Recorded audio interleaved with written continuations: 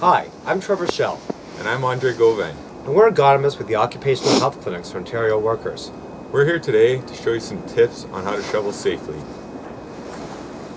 Do you often feel overwhelmed with all the snow we get each year? Tired of being sore after shoveling? Do you want to learn about snow shoveling safety and efficiently? Well, today we're going to talk to provide you with a few pointers on ergonomics and shoveling. As Canadians, we're accustomed to shoveling snow. For many of us, we shovel to get out of the driveway or to keep our driveway clean and safe for pedestrians. But for others, it's a job requirement that requires them to shovel for a good portion of their day, if not all day. But how many of us think about buying an appropriate shovel, or the effects of shoveling techniques and reducing the risk of injury? Just because you shovel snow doesn't mean you're going to have a heart attack. There's actually some good news and bad news when it comes to shoveling snow.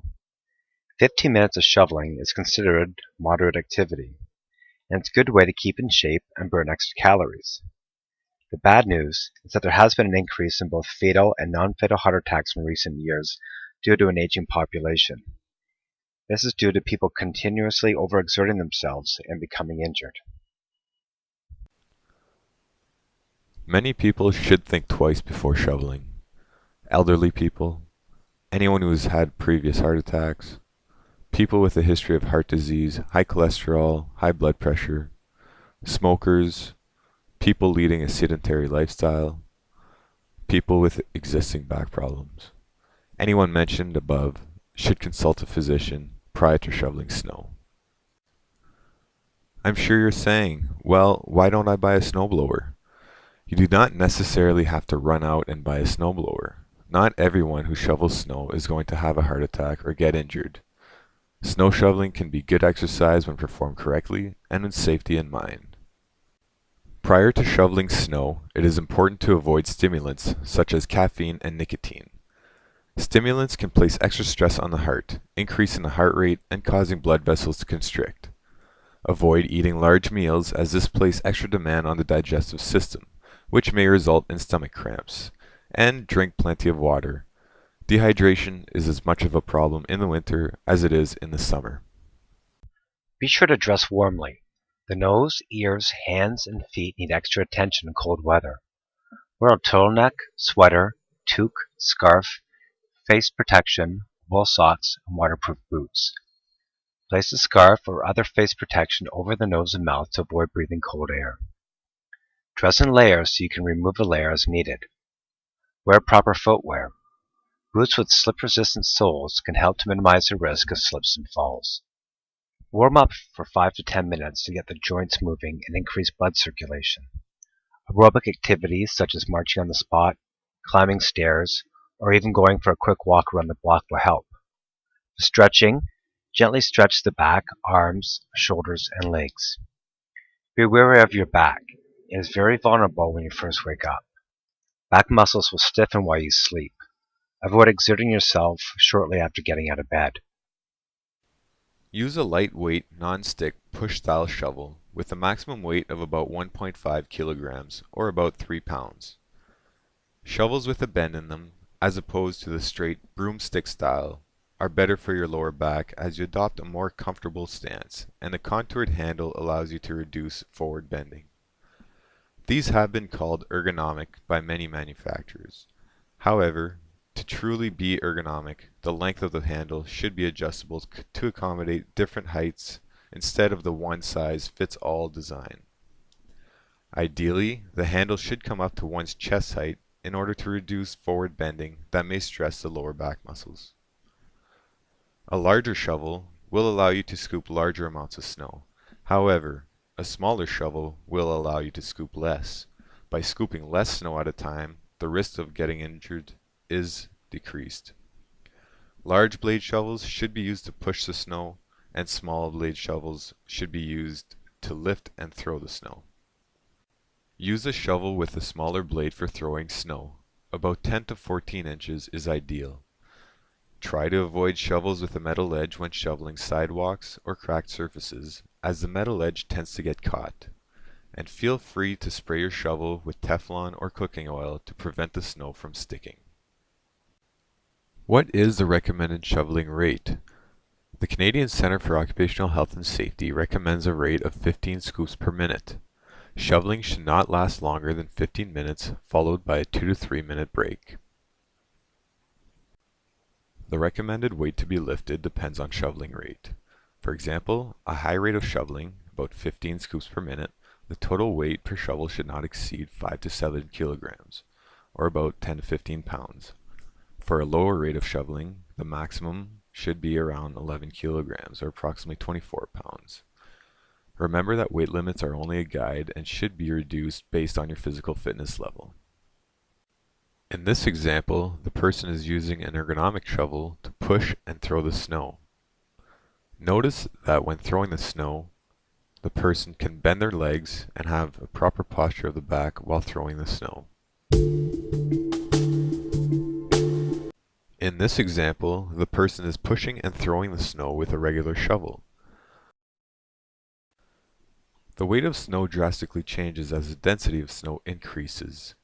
Light, dry snow will weigh around 3 pounds per cubic feet, where wet, heavy snow will weigh about 21 pounds per cubic feet.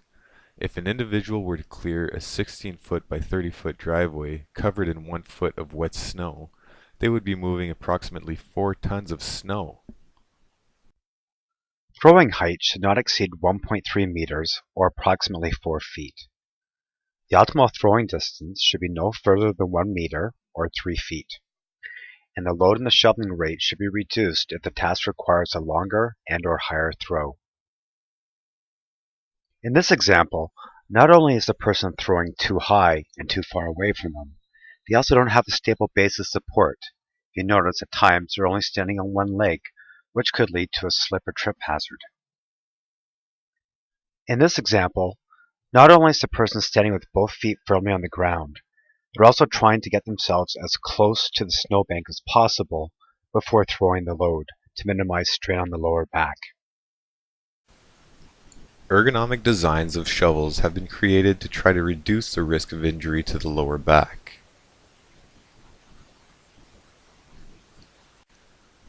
One of those ergonomic designs is called a wovel. In this example, the person is using the wovel to push the snow.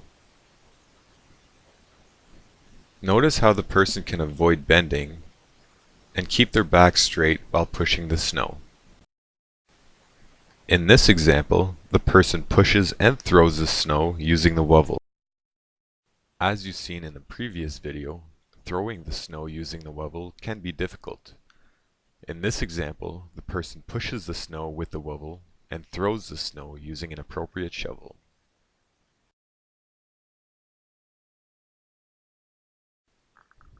There are many tools designed to remove snow. Regular snow shovels, ergonomic snow shovels, snow scoops, ice choppers, roof rakes, ice cleats. However, it's important to choose the proper tool for the task that you are trying to complete. It's important to watch for signs of a heart attack. Many people die from heart attacks because they do not seek medical attention quickly enough. Be familiar with the signs and symptoms of a heart attack. If you experience any of the following, stop shoveling and contact your physician immediately or contact 911. Symptoms include shortness of breath and difficulty breathing, nausea, sweating, for example, cool or clammy skin, sudden pain or discomfort that does not go away with rest. The pain may feel like a burning, squeezing, heaviness, tightness, or pressure. The pain may be in the chest, neck, jaw, shoulder, arms, or back. You could have a tingling or pain or numbness in the left arm. Chest pain or discomfort that is brought on with exertion and goes away with rest. And in women, the pain may be more vague. Some helpful hints include clear the snow early and often. During a large snowfall, shovel frequently. Do not wait for all the snow to fall before shoveling. Fresh snow is fluffy, light, and easier to move than heavily packed or wet snow. Pace yourself. Start out slowly and take breaks often. Do not rush to clear all the snow at once. Try pushing and lifting during large snowfalls in small layers. For example, shovel an inch or two, rest, and then repeat. If you must lift snow, fill your shovel no more than half full. Avoid using your back to lift, bend your knees, keep the back straight, and lift with your legs. Scoop small amounts and walk to where you want to dump it. Avoid awkward throwing postures. Do not throw snow over your shoulder or to the side. If you need to move the snow to one side, reposition your feet to face the direction the snow will be moved. When removing snow, look out for ice patches and uneven surfaces under the snow or on the ground that can cause you to slip and fall. Take smaller steps in icy conditions, and wear boots that have a slip-resistant sole. Anti-slipping cleats or footwear could be used by those who are prone to falling. Ask for help.